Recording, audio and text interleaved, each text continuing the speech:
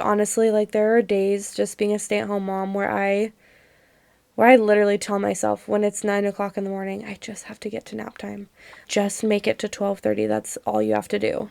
Which, like, now talking about it sounds horrible, but there are just some days that are hard. They say a farmer's work is never done. Well, neither is ours. Come back next week for a new episode of Life Between the Rows.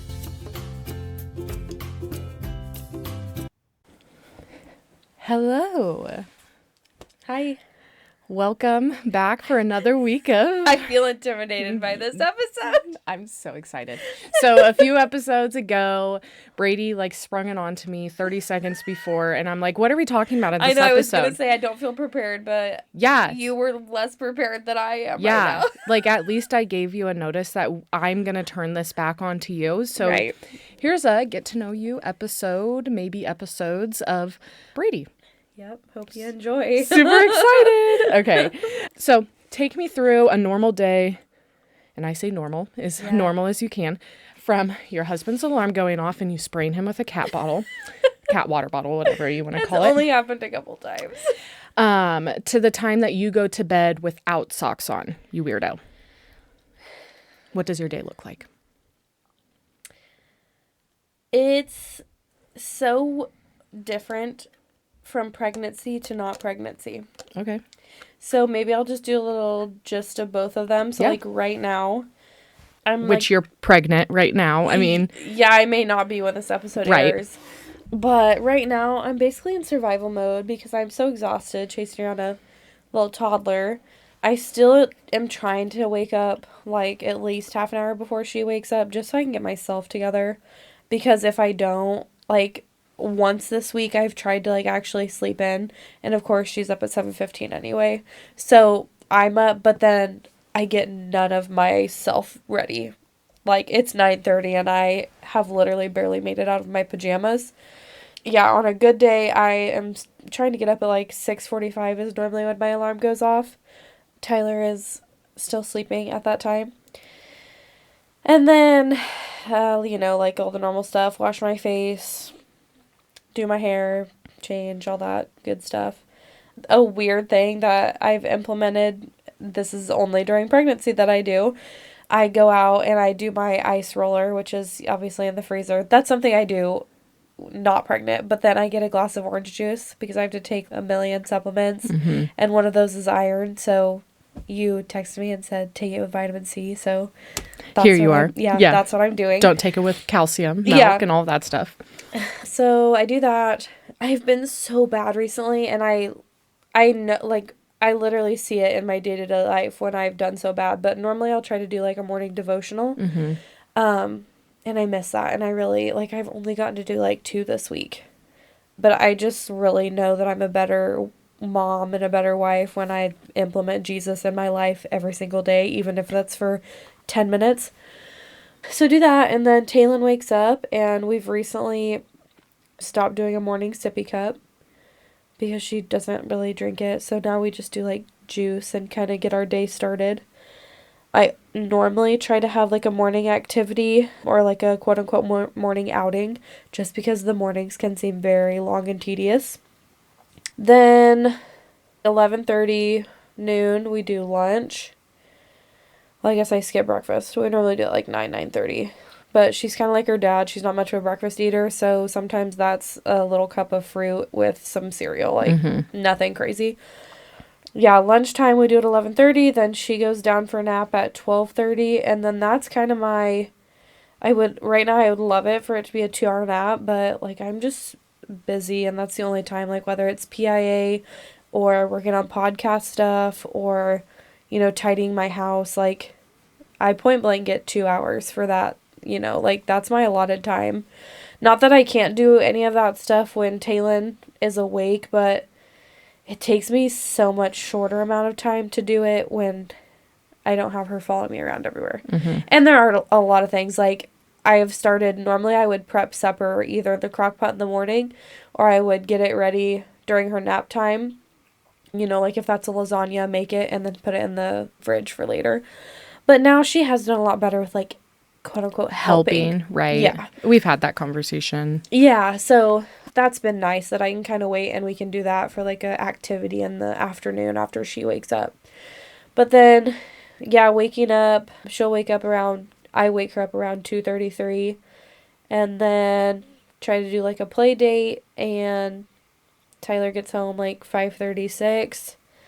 It's supposed to be 5, but that obviously doesn't happen a lot.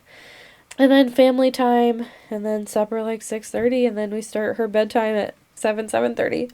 It honestly, like, I know you asked me what my day-to-day is, Yeah, but like, it's all about the kid at this point. My life just revolves around her right now. You know, she's at an age where like she can't do anything by herself. Like she's a constant needs something. Yeah, So, and although you're pregnant and yeah, you're tired, and Yeah. going through all of that. now before I was pregnant with Branson, a pretty different routine as far as myself. I really, really like love moving my body and being healthy. So the mornings are the biggest difference because I'm waking up a lot earlier, like 5:30, which I'm sure there's people listening that are like, "Oh my gosh, why would you do that to yourself?" But I am a morning person. Like You I are. actually, when I'm fully rested, and fully rested is at 8 hours for me, like not pregnant, I need 6. Honestly, 4 even. Like I just have never, even as a child, I never required a lot of sleep. When Taylor was in the newborn phase, I never felt that like quote unquote newborn Exhaustion. Yeah. sleep exhaustion, sleep deprivation. I never had that. Postpartum anxiety, yes. The sleeping, no. I never really struggled with being like overly exhausted or falling asleep with her or anything. So yeah, when I'm fully rested, not pregnant, and I have my normal energy, I'm waking up at like 5:30, ice rolling my face, workout gear, pre-workout. I miss it so much. I miss feeling like my ears are gonna I was fall gonna off say 'cause they're so literally like itchy. you're like hyped up, Yes. like taking illegal Yes. crack cocaine. Literally, That's yeah. what pre-workout is. Oh, yeah, I miss that. Probably not the healthiest for me, but not a big drinker, but I do like some pre-workout and energy drinks. I am excited to have that back once I have this baby. But yeah, work out for like 30 minutes to an hour, depending on what day it is.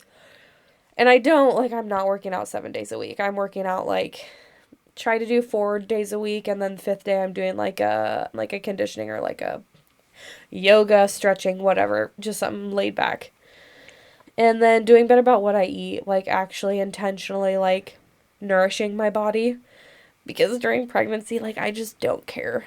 Like I'm conscious of what I'm eating. Like I'm not just like Feeding yourself just junk. Right. Yeah, no. But I'm definitely not like counting calories or I had too many carbs today, so I need Yeah. to switch to protein or something like exactly. that. Yeah. No, I don't do that at all. But other than that, I mean, definitely more movement in my day.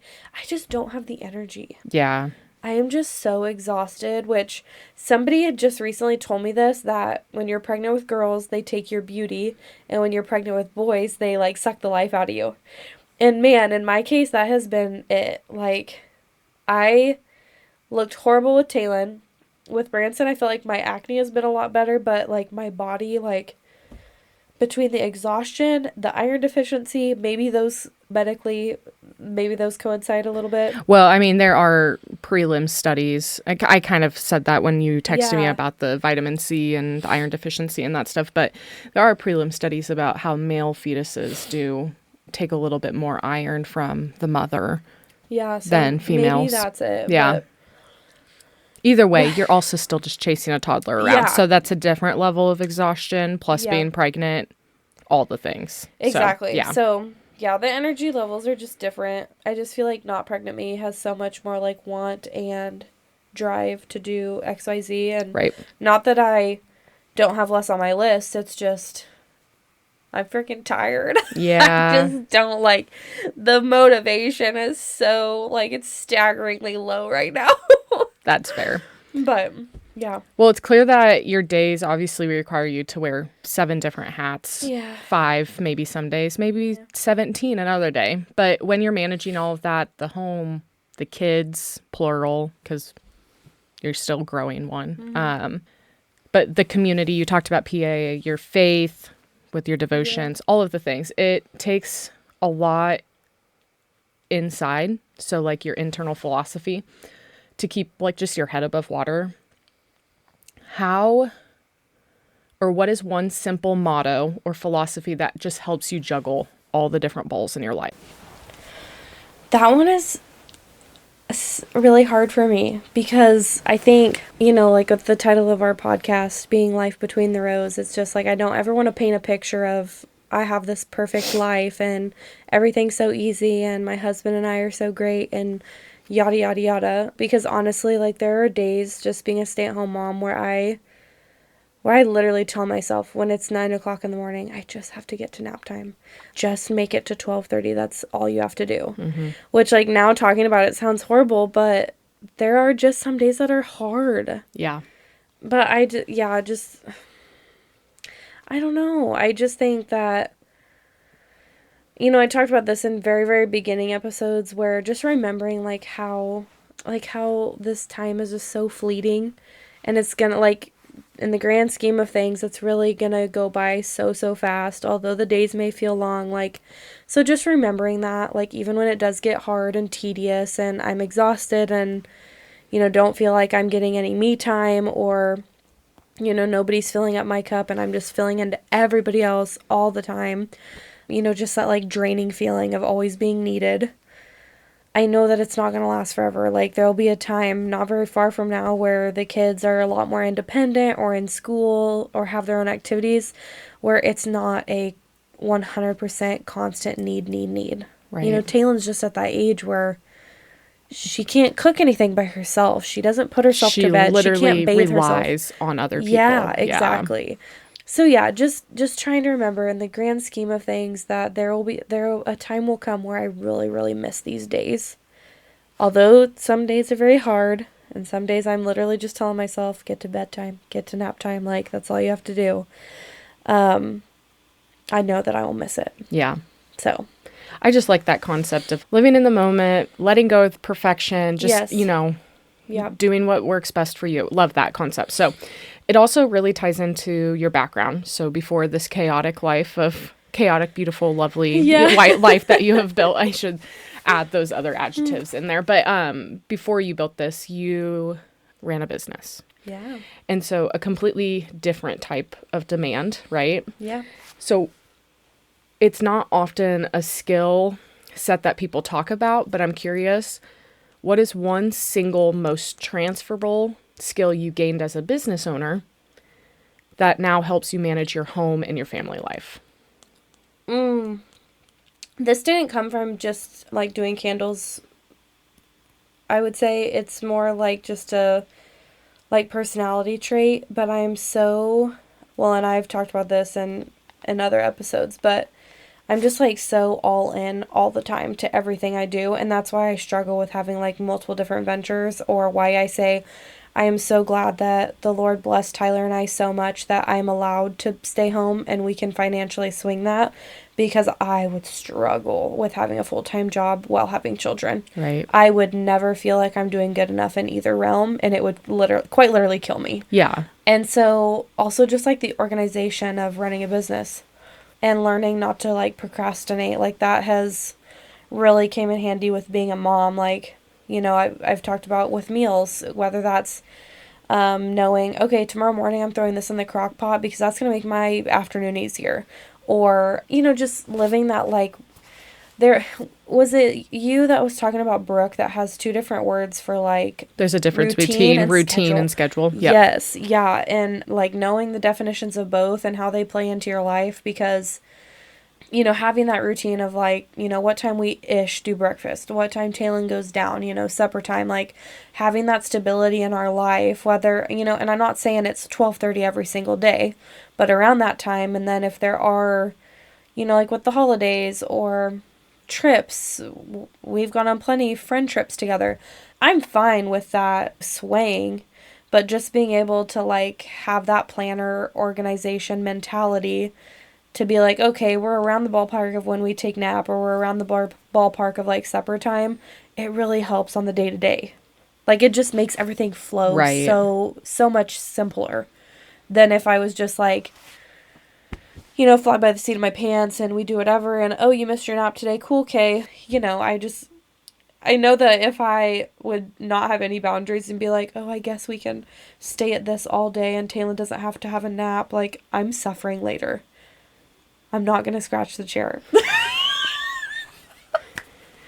Okay, so whether we edit this out or not, there was a section in time that I looked at Bradie and I was just like, you're like scratching the chair that you're sitting in, and I thought it was like a mouse running through the walls. You guys, I didn't even know I was doing it. And she's like, If you can scratching hear it, what? this is what I'm doing.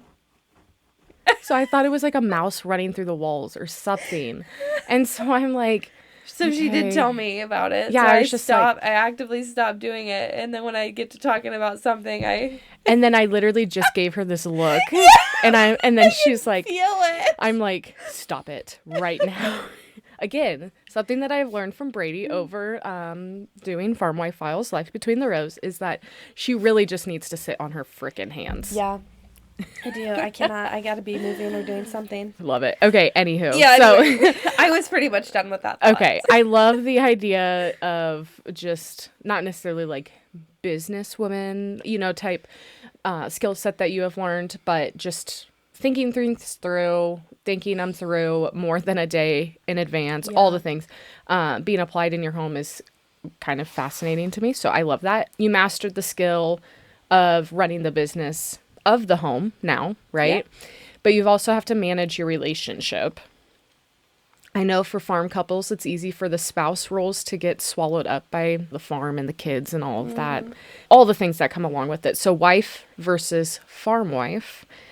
What is one specific thing that you and Tyler do to ensure that your relationship stays wife and husband, not just farm partners or parent partners?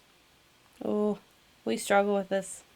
This is one of our bigger arguments because Tyler is also one of those people that is just so all into the things that he does, where it's just come to a point that I've kind of always been Tyler's safe place, and so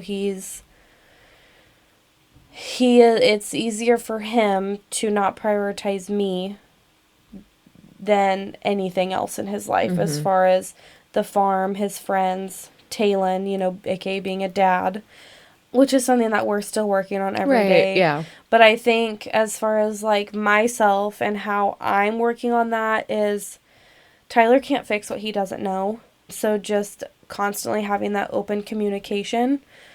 And just also giving him grace and knowing that he's living life for the first time too. And I can't expect him to be a perfect spouse all the time because something always needs us. Whether it is the farm or the kids or the house or, it's just, or maybe Tyler's just giving to everything else and he doesn't have anything to give to for himself. So no wonder he can't give anything to me. But yeah, I mean, obviously I can't control Tyler and what he does. I can only control myself. And so something that has came with age and just being married is communicating my feelings, because I can't just be silent and like crabby and have my feelings hurt and expect anything to change when I don't say anything to him. Yeah, so just communicating the boundaries and the expectations that I do have of him as a spouse, so the ball's in his court. And then that's that. I can't do anything past then. So at least up until that point, I can kind of wipe my hands clean of it and know that I've done my part to communicate my needs as far as my like spousal role. Now it's up to him. I like the concept of open communication. You talked about like making sure that we're communicating and all of that stuff. But I like the point where you stated, the ball is kind of in his court, but we're all not perfect, going along the lines of, we can't necessarily have this perfect life and I can't be perfect, so I shouldn't expect someone else to be perfect. Right, just having that grace for other people. I love that. So, and I think that's a good piece of advice for just all of us, and not necessarily advice, but a reminder to some of us as well. But sometimes though, when you're overwhelmed, you just need a quick shot of strength to just get through the day or whatever is in front of you. We know that your faith plays like a huge role, a part of your life right now. Yeah.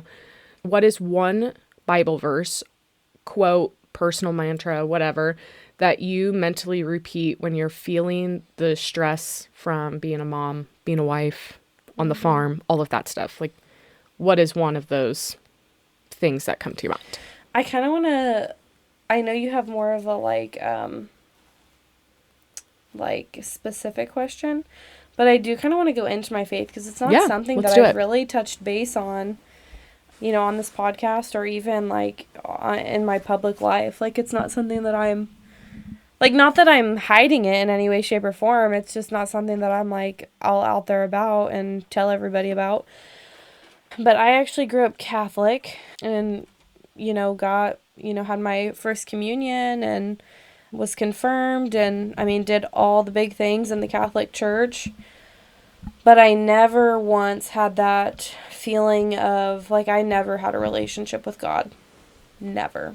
Yeah, I was doing everything. I believed I was probably going to heaven because I did everything that I was supposed to do. I went in and had the priest forgive my sins after I would confess to him, and I had communion, at Mass, and I believe that that was what we were supposed to do, but yeah, always this longing for like something more that I just never had with that religion.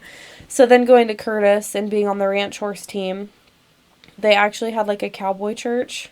Oh, okay. Yeah, so that was kind of Yeah. interesting. You'd literally like bring your horses in and just go sit in the indoor arena, and they'd have somebody Like you sat on the horses, or Yeah. you? Okay. Yeah, Okay. and a lot of people would do like warm ups and whatnot, whatever. And I don't think that was all the time. I think that was a special thing, and then a lot of times it was just in like the, like meeting center out in that area. Because a lot of people at Curtis would like bring their animals. Correct. Okay. Yes. Okay. Yes. Yeah, because they had the rodeo team, and then they had the ranch horse team as well out there. Okay. Yep. So yeah, it was not uncommon for people to have their own horses out there whatsoever. But anyway, that was like the biggest one that stuck out to me was when, you like saddled up your horses and then you went in and like some people would ride around, but mostly it was just, everybody was kind of sitting on their horses, and then there was a preacher that would, have a sermon and everything. And there was a couple other people there, and I don't know if they were second or third years there at Curtis, because I don't remember like actually knowing who they were, or if they were just like if they lived in Curtis and they came. But anyway, they were there and they like had their Bibles open and they were like following along, and that was such a weird concept for me after growing up Catholic, because like nobody brought their Bibles to church and read along with what Was being taught by the preacher. Yeah, so that was just kind of odd. And then started dating Tyler and went to church with him and his mom and sister the times that I was back, and that wasn't something for their family that was like optional. Like if I was coming back to visit, I knew I was going to church with them, which I wasn't like upset about. I just knew that for their family that's something they did every Sunday. Right. So that kind of opened a new window of like education of faith for me. But I'm trying to think like when it was that it's probably when Tyler and I got married and we really started seeking like our own, like, our own family church. Although I liked the church that Tyler's mom went to, as somebody who grew up Catholic, it was really hard for me to sit in regular chairs and like it was called Coffee House Church. So yeah, if you're not from around the area, it definitely is like a very like just laid come in, back, super Whereas laid back. growing up Catholic, like we can even chew gum an hour before or an hour after Mass. Yeah, like it was prim and proper. Yes. You kneel, you sit, you stand back up. Yeah, exactly. Yeah. So that was so weird. I'm like, I don't know if I like this, blah, blah, blah.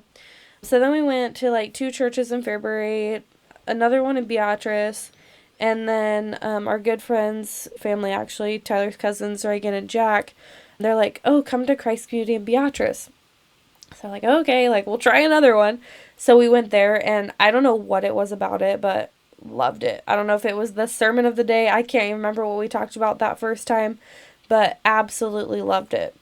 And then with that, I think I always, just like with Tyler's family, they're so, like they just have this vibe about them. Mm-hmm. They are so confident in who they are and just kind, and if you know them, then you know. Like, right. They just do. They have this vibe about who they are, and I wanted that. And they're comfortable with being who they are. Yeah. Love that about them. Yeah, and I absolutely loved that, and I was like, I want that. And literally the biggest difference was my relationship with God. they had that whole, and even Tyler's mom too, like just that, like acceptance and like just contentness that I did not have. So yeah, that grew over time, and then just doing different Bible studies and just like educating myself, like as far as reading the Bible myself. Yeah, so that totally grew into like actually having a one-on-one relationship with Christ, like one that I don't feel like is fulfilled by obligation, but one that I want to have on my own and like I seek. Like that has been the biggest game changer and like something I lean on constantly. But as far as like one verse or the one thing I lean on is, we talk about this in the podcast, is we don't know what it's like to walk in other people's shoes, and like, if we love the people that we love, we want to support them regardless. So I think it's John, is it John 1:16 or I think so. John 1:16 is, they basically talk about grace upon grace, like from his fullness we received grace upon grace, and just remembering that like God still continues to grace us every day. Like he paid the ultimate price and had the ultimate sacrifice so that we could live this life. And so just remembering like he graced us that much. There may be something that comes up in my daily life that I just need to remember to have some grace and to be kind, and even to myself, to have some grace and to be kind to myself. Yeah. Because some days that's kind of far and few between. But yeah, I love that. Yeah. I want to touch on before we go into like the next like official question, I would say. But going back on to switching a church from what Tyler grew up to. So he grew up in the Coffee House Ministry Church, and again, super great church. If anyone has ever partaked in any of their... Oh yeah, now that I'm as like how I'm into my faith now, and I actually know like what I want that to look like for myself, great church. Right. You just weren't used to it because of the Catholic. Yes. I mean, that's what swayed me the most. It is was literally the, like, shock of, wow, this is really different. I don't know how I feel about this. Did you ever fear or struggle with like having the conversation with his family saying, we're not gonna go to the same church as you guys, we're gonna find our own? Did you fear that they were gonna think, oh, our church isn't good enough? Or like, how did you navigate that conversation? What was your feelings around it? Yeah, I definitely had some fear, just because that wasn't something like growing up that would have been okay, I guess. Especially when I was really little. Like now it would be fine, but little, like we were pretty like set in the Catholic Church of, where we were going. But so I think that's why I had the fear initially of saying like, hey, I don't feel like this fits the needs that I have right now, so I want to check something else out. But honestly, like Tyler's mom was so great about pushing me in my faith. Like we got to a point that she literally didn't care where we went. I mean, she did. Like, just to preface this whole thing, Tyler and I's like ultimatums and I'm telling you, weeks of dating each other. Like we knew each other for very little time, and he looked at me and he said, I will never be Catholic. He said it will never be something that I will never change my beliefs to be Catholic. And little did he know that I was, already on my way out and struggling with that whole belief system. So that wasn't a huge deal to me. But then for me, I said, I will be a stay-at-home mom. Whatever that looks like that's what I'm going to be doing. So those were kind of like our, if we want to be together, laying it out there. So yeah, for Renee, like being so helpful as far as like helping us find different churches and like that fellowship and community, she didn't care where we went as long as it was like the free grace belief system.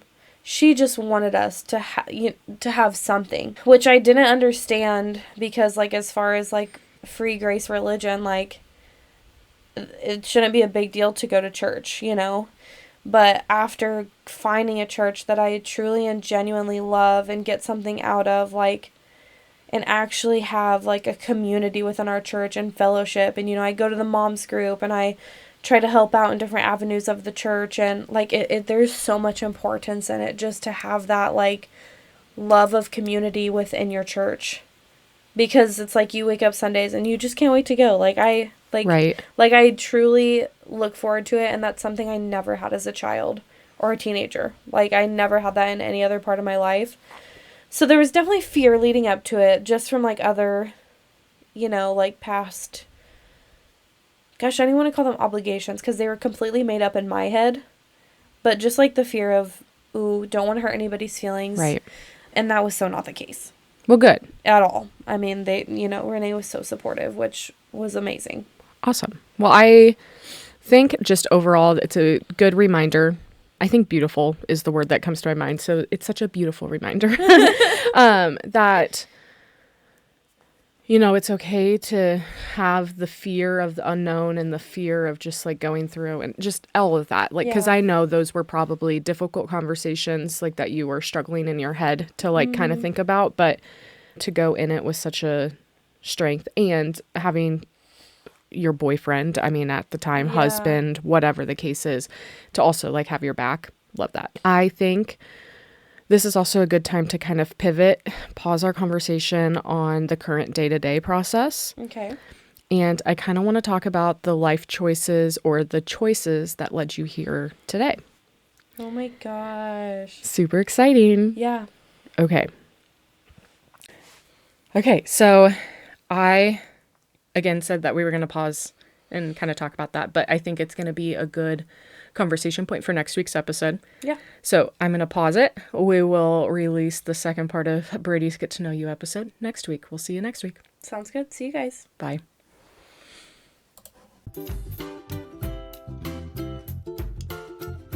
They say a farmer's work is never done. Well, neither is ours. Come back next week for a new episode of Life Between the Rows.